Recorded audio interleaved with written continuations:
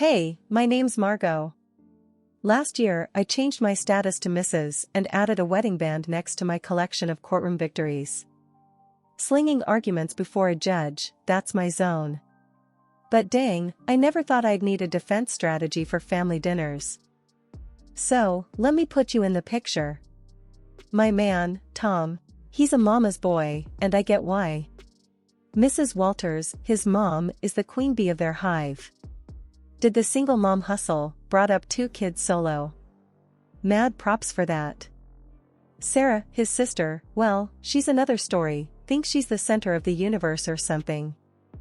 I remember walking into their place for the first time, Tom's arm around me like he's showing off a trophy. The living room's like a shrine, photos of Tom and Sarah plastered on every surface. It's cozy but feels like stepping onto a movie set where they've been playing house for years, and suddenly I'm the unexpected guest star. Mrs. Walters came at me with this tight-lipped smile.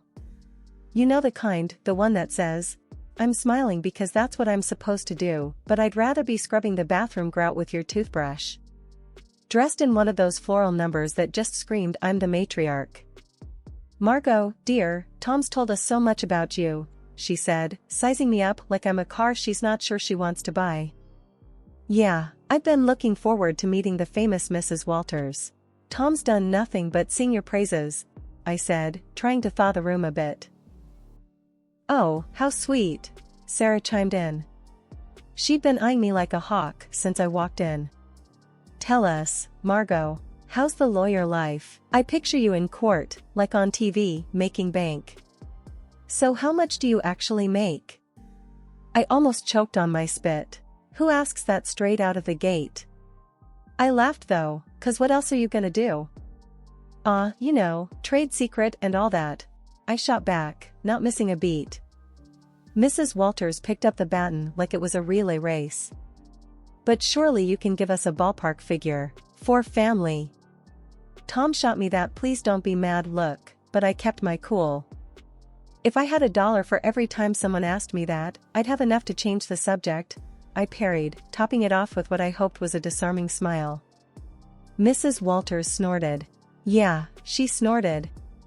Well, it's no secret what a teacher earns. Right, Tom? Mom, Tom sighed. Let's not do this now. Right, she said, waving her hand like she's dismissing a servant or something. Anyway, you'll be like family now, sharing is caring and all that. I slid a look at Tom. His help-me face was on full display. I knew then I wasn't just marrying Tom, I was enlisting in some low-key domestic Cold War. Couple weeks in, and I'm standing in our kitchen, apron on, pot simmering, trying out Mrs. Walters' famous chili recipe. Now, Mrs. Walters and Sarah have got this routine. They drop over unannounced like they forgot it ain't their house. Your chili needs more heat. Mrs. Walters picks at the ladle like she might catch something. And less salt. Watch your husband's blood pressure. Got it, I reply. Inside, I'm rolling my eyes so hard I'm seeing my brain. Sarah's there too, all leaned back on a stool like she's the Queen of Sheba. You see this spot, Margot? Cleanliness is next to godliness, isn't it, Mom? Mrs. Walters nods like it's gospel and Sarah's high-fiving herself in her head. Funny, I cleaned this place this morning, I say, swiping the spot off the counter. Must have missed that one. Tom's in the other room, clueless, probably deep in some video game or sports stats. So, I figure it's high time to fill him in on the home invasions. I poke my head in where he's slouched on the couch. Hey, you got a sec?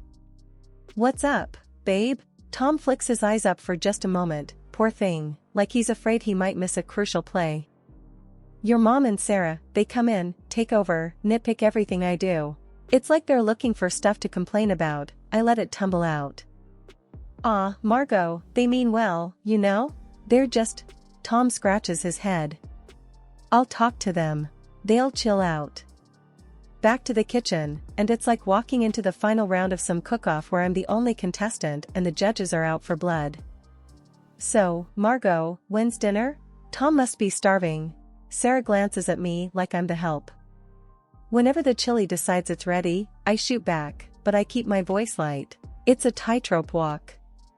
Dinner lands on the table, and I'm scanning their faces. Mrs. Walters stirs hers around, inspecting every bean like it holds the secret to the universe. Bit different from how I make it, Mrs. Walters finally says. That's code for nice try, but you're no match for me. Tom dives in though, bless him. Babe, this is awesome. Right, Mom? Sakai, Sarah mutters, and Mrs. Walters just shrugs like she's agreeing with the worst food critic. After they leave, Tom's slapping his belly, saying it's all good.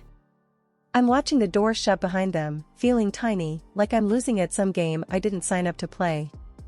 The next time they pop over, it's the same old tune, like nothing changed. I must have been dreaming to think a few words from Tom might turn the tide. Still, I ask him to talk to his mother about boundaries. I thought getting hitched was the hard part. Fitting into Tom's family? That's the real challenge. They've got their own idea of family, and I ain't in it, yet. If this is what married life is like, count me out of the honeymoon phase. It was one of those days where the clock seemed to tick slower than syrup drips from a bottle. That's when my phone decided to sing its little heart out. Glancing at the caller ID, my heart sank. It was Mrs. Walters. Again. Margot. Her voice was stern, and it did nothing for my headache. You think you can just snatch Tom away from us, huh? Her words stung like vinegar on a paper cut. I glanced over at Tom, hoping he'd at least flinch at his mother's tone. Nothing. He's glued to the TV screen, a statue with heartbeat. Mrs. Walters, it's not like that. We're just trying to set up some boundaries, I said, my voice squeezed thin. Boundaries? She fumed. That's just a fancy word for shutting us out. You can't do that to us, to me. He's my son. As I blinked back frustration, Tom still silent, looking like someone shrunk his spine in the wash. Listen, it's normal for married folks to want their own space. I tried to keep the edge out of my tone. Space? He's never needed space before you, came her sharp retort. Her voice was a buzzsaw and each word carved up my patience.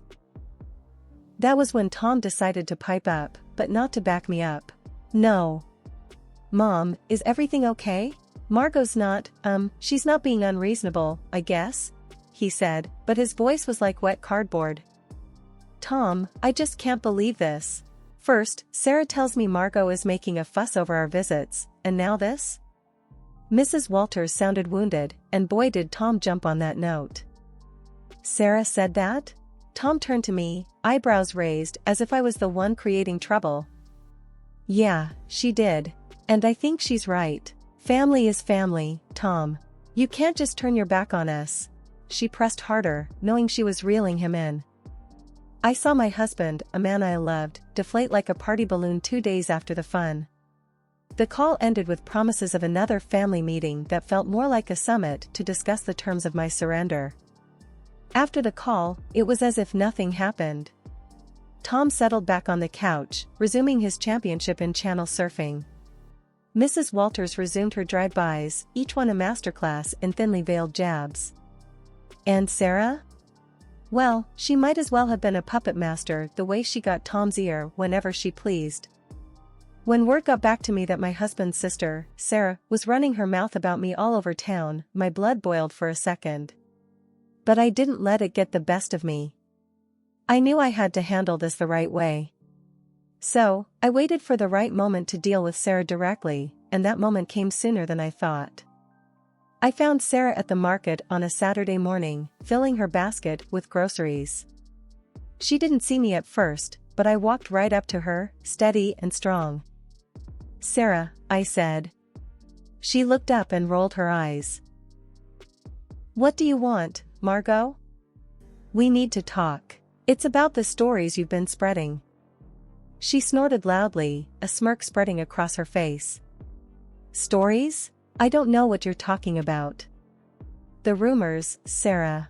About me. Emily's bossy, Emily's this and that. Cut it out. She laughed, tossing an apple up and down in her hand. And what are you going to do if I don't? You think you can boss me around? I kept my cool. Listen, spreading lies isn't just mean, it's slander. And I won't stand for it. Sarah laughed again, louder this time. You're gonna sue me? Get real, Margot. You ain't got the stomach for that. People's reputations are at stake. I'm serious, Sarah. Keep it up, and yes, I will take legal action if I need to. The arrogance just poured off her as she leaned in close. You're in way over your head. Little Miss City Lawyer gonna take me to court? This isn't a joke, Sarah. I'm giving you a chance to stop this nonsense before it gets serious. She shoved her face closer to mine, a challenge plain in her expression. Bring it on, Margot. Do your worst. With that, she spun on her heel, almost knocking over a display of canned beans, and left me standing there. Her laughter echoed through the aisle long after she was gone. I walked back home slower than usual, turning everything over in my mind. Later that day, when my husband came back from wherever he'd been, I told him what had happened. He was in the middle of taking his boots off and he froze, one boot off, the other still on. You did what now? I told Sarah off. I threatened her with legal action if she doesn't stop spreading rumors. His face went red, then white. You couldn't just let it go? Why'd you have to stir the pot, Margot? I straightened up. Because it's not right, and I won't be walked over. Not by her, not by anyone. We were silent for a good long while after that, both of us lost in our thoughts. It was clear this was more than a little family squabble, it was a line drawn in the sand, and I had to stand my ground. He's got nothing. Just stands there with that same lost puppy look that's growing a permanent spot on his face. I toss myself onto the couch, fuming. The gossip might calm down for now, but Sarah, she's the kind of weed that keeps sprouting up. No tellin' when she'll start her yap pin again. And Tom? God knows if he'll ever find the guts to stand up to them. Right now, though, I just need to cool off, figure out my next move in this messy game they're all too eager to play. The whole mess with Sarah had me weighing my options like a pros and cons list in my head. I mean, I signed up for a life with Tom, not a daily soap opera with his family. And with things going from bad to worse, the D word started rattling around in my brain like loose change in a dryer. Then, as if on cue, Mrs. Walters, the town's self-appointed gossip queen and Sarah's godmother, rings me up. Margot, dear, she chirped like a bird that spotted a worm. We're throwing a little shindig for Sarah's engagement. It's happening at Luigi's next week. We'd love to see you there. The tone of her voice was all fake nicety, the kind that practically screams I dare you to show up. I'm staring at the silent phone after hanging up, thinking how this invite smells like a setup. Tom's already on edge, and now this? I couldn't help but blurt out to him, guess who's got plans for us next week? He's sitting at the kitchen table, forehead creased like he's trying to iron it out with thought. Who's scheming now? Your sister's engagement party, I say flat out. We're invited, courtesy of Mrs. Walters. His face goes a shade paler, the crease deepening. Oh, hell. Yeah. Oh, hell sounds about right. So, what's the play here, Tom? We gonna roll over and play nice, or what? He's quiet for too long, and I'm not having it. Come on, spit it out. Tom finally looks up, his eyes are all serious. Margot, it's family. I think we should go. I cross my arms, feeling the heat rise up my neck. And let Sarah have a field day? I'm not their punching bag. He throws his hands up, a little too dramatic if you ask me. What do you want me to say? That's my sister, Margot. I lean in, my own hands flat on the table. And I'm your wife. Or does that not count for much these days? The D word is right there on the tip of my tongue, but I bite it back hard. Tom runs his hand through his hair, making it stand up like he's just had an electric shock. Of course, it counts. Look, I'm stuck between a rock and a hard place here. I'm a heartbeat away from losing my cool. Well, guess what, sweetheart? So am I. I married you, not your constant need to please your family at my expense. Tom stands up, walks over, and takes my hands. They felt like rough grip paper, all work and worry. Margot, I love you. I do. And I hate that it's got to this. Let's not go to the party. You and me, we're a team, right? It struck me then that this was the first time in a long while he'd picked me over them without flinching. It felt like finding an oasis in the middle of the desert. That night, the thought of divorce quietly tucked itself away, not gone, but sleeping, sort of like a dog with one eye always open. But it was enough for me to catch my breath, to maybe believe that we could find some solid ground again. Luigi's was hoppin' when we showed up, walls throbbing with too loud laughter and clinking glasses. I spot Mrs. Walters right off, sitting queen bee style at the biggest table with that I rule the world look. There's Tom's sister, Sarah, all grins like she's won the lottery, and her guy, Mark, a sort of deer-in-headlights type trying to smile. His folks are with them too, stiff and awkward like they wandered into the wrong movie theater. Mrs. Walters zeroes in on me the second we step in. Margot, she oozes, like I'm a 5-year-old who's not playing nice. You'll be taking care of the bill tonight, right? To show you're one of us. I just about spit out my drink. What? Why me? The table's all ears now, and the air's thick with that "oh, this is gonna be good" vibe. Mrs. Walters stretches her smile. Tradition, sweetheart. The newest family member always shows their commitment. My jaw clamps shut so fast I'm surprised I don't chip a tooth. Commitment? That sounds a whole lot like a shakedown.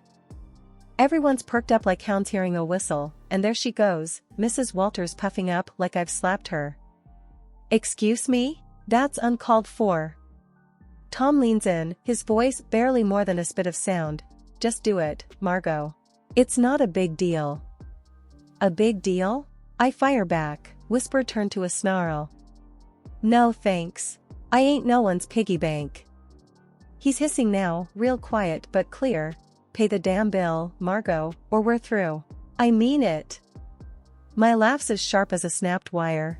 You're not serious? He's all stone face and tight mouth. You think I'm playing? I stare him down.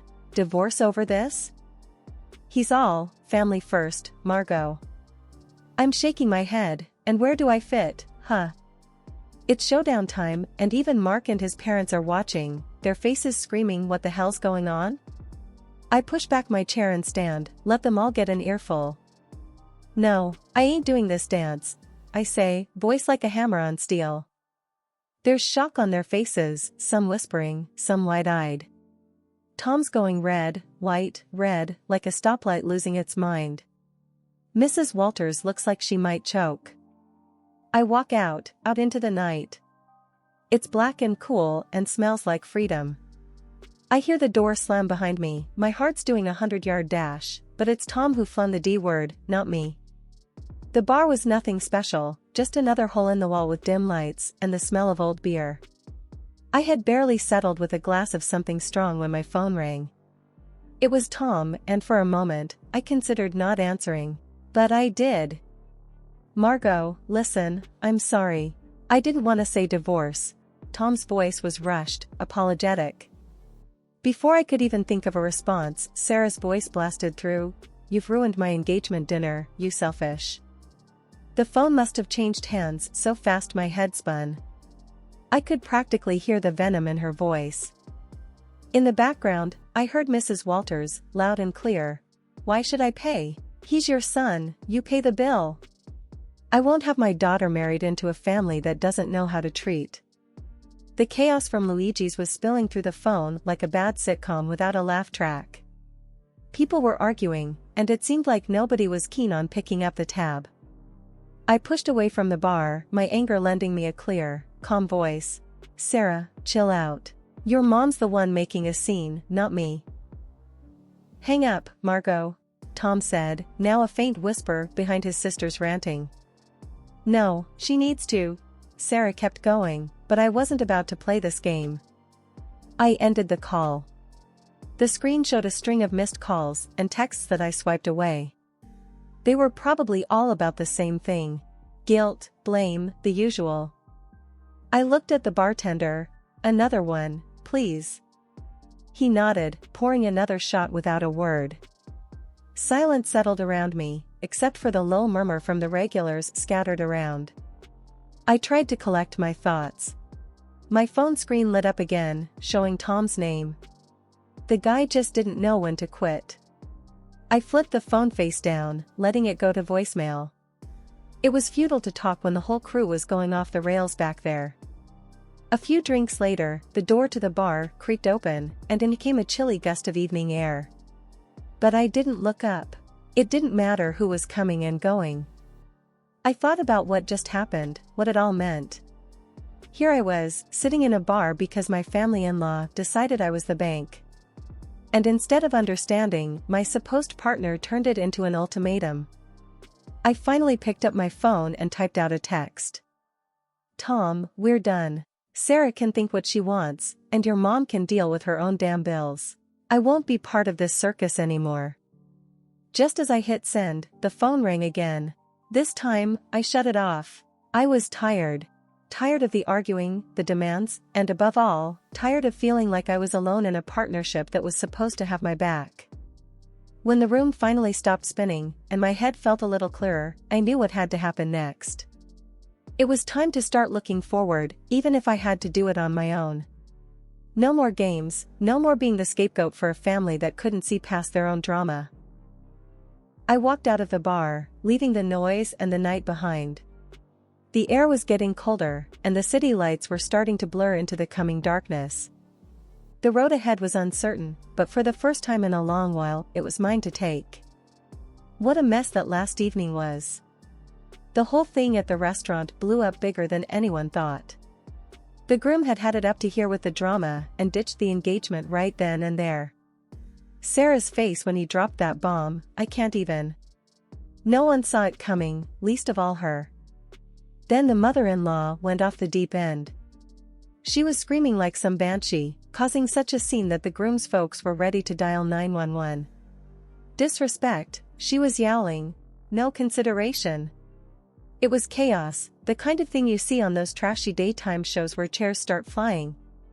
Meanwhile, I was done. I filed for divorce and cut phone ties. Tom and his calls? Ignored. His messages? Deleted. The last I heard, him, his sister, my former mother-in-law from hell, they're all holed up in the same house, probably driving each other up the wall.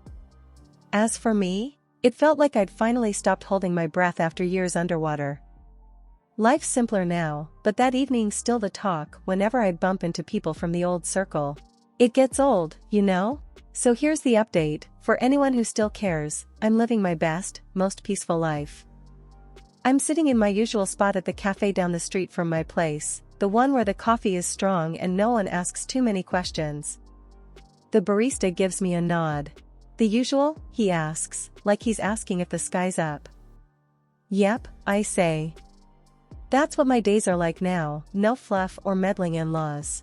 Work's a breeze when it's just that, work. Free time is mine to enjoy without a side of guilt trips or obligations.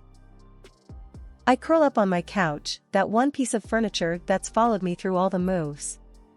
The springs are shot to hell, but it fits my back just right. I flip on the TV, watching some crime show where they catch the bad guys by minute 40. The peace is what gets me. Not eerie or lonely, just peace. Breathe in, breathe out. No more walking on eggshells or cleaning up family feuds. This is living. When I hit the pillow each night, it's with a sense of I did it. No pat on the back needed. I know my worth, and finally, I'm living like it. I'm eating my lunch when the phone dings. A message from a number I don't know. Probably Tom, using someone else's phone to reach out. I delete it without reading. Not today, Satan, not ever, actually. They used to say, you'll regret this. But here I am, not a single regret in sight. The day drags out, cozy and fine, and it ends with a glass of something smooth and a book I've been meaning to read. The heroine's tough, but fair, reminds me of someone I know.